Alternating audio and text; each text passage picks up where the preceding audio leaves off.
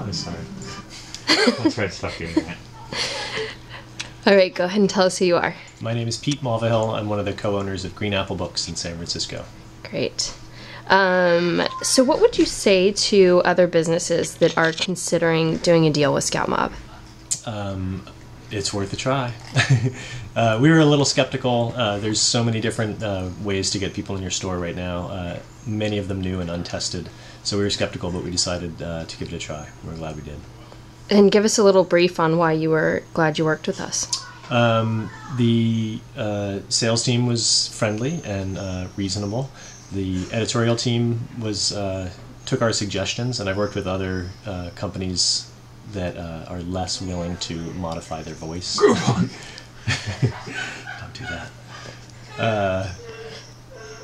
And it worked. I mean, people came in. We had new customers. We had returning customers that were excited to see the deal, and it worked. Okay, great. So you briefly touched on that. I mean, you guys have been, you're like a San Francisco institution, but you said that you saw new customers coming in.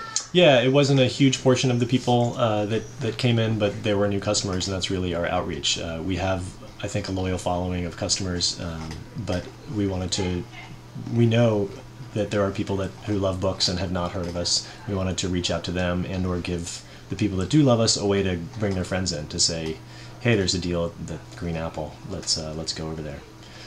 Cool. Okay, we talked about new customers. And can you just give us a brief on how the ScoutMob deal impacted traffic for you? I mean, did you see a spike right away?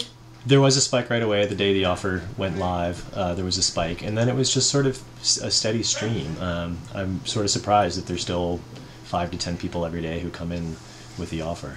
We sort of thought it would be a spike, and then maybe at the end when it expired there'd be more people. But it's been pretty steady. A handful of people every day that use it. Great. And this is where you can be completely honest. Would you do another deal with ScoutMob in the future? Probably. We're reluctant to focus too much on discounting because that's not really where we compete. So it's a little painful for us to give a discount. The margins in bookstores are also narrower than in most businesses like service industry and restaurants. So we're a little skeptical of, or we're cautious not to try to continually compete on price or to be the Bed Bath & Beyond that has a 20% off coupon every day, because then people will come to expect it. But every once in a while as a shot in the arm or a way to try to reach out to new customers or remind old customers to come back in, it's certainly worth considering. Great. And obviously ScoutMob's headquartered in Atlanta, but we have a local team right here. You mentioned, editorial, sales both came in to meet with you. Did the fact that there was that sort of local face here have any influence on you deciding to work with ScoutMob? Certainly. I don't think I would have done it if I couldn't have met with somebody face to face.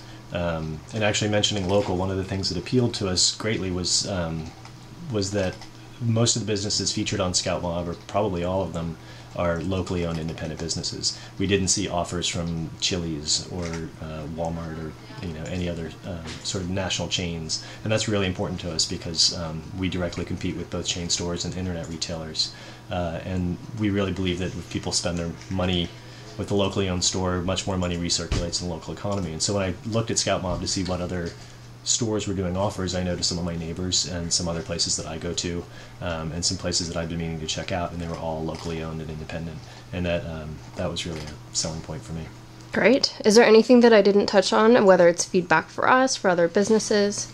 No, I guess I'm not a huge fan of the text portion where we pay for anybody that claims the offer, even though only some small percentage of them will use it. It's sort of painful to pay for somebody who finds your offer vaguely interesting but may or may not use it. So I can't ask you to rethink your business model, but the sort of pay for the people that come in part was very appealing for the iPhone part of the app. Great.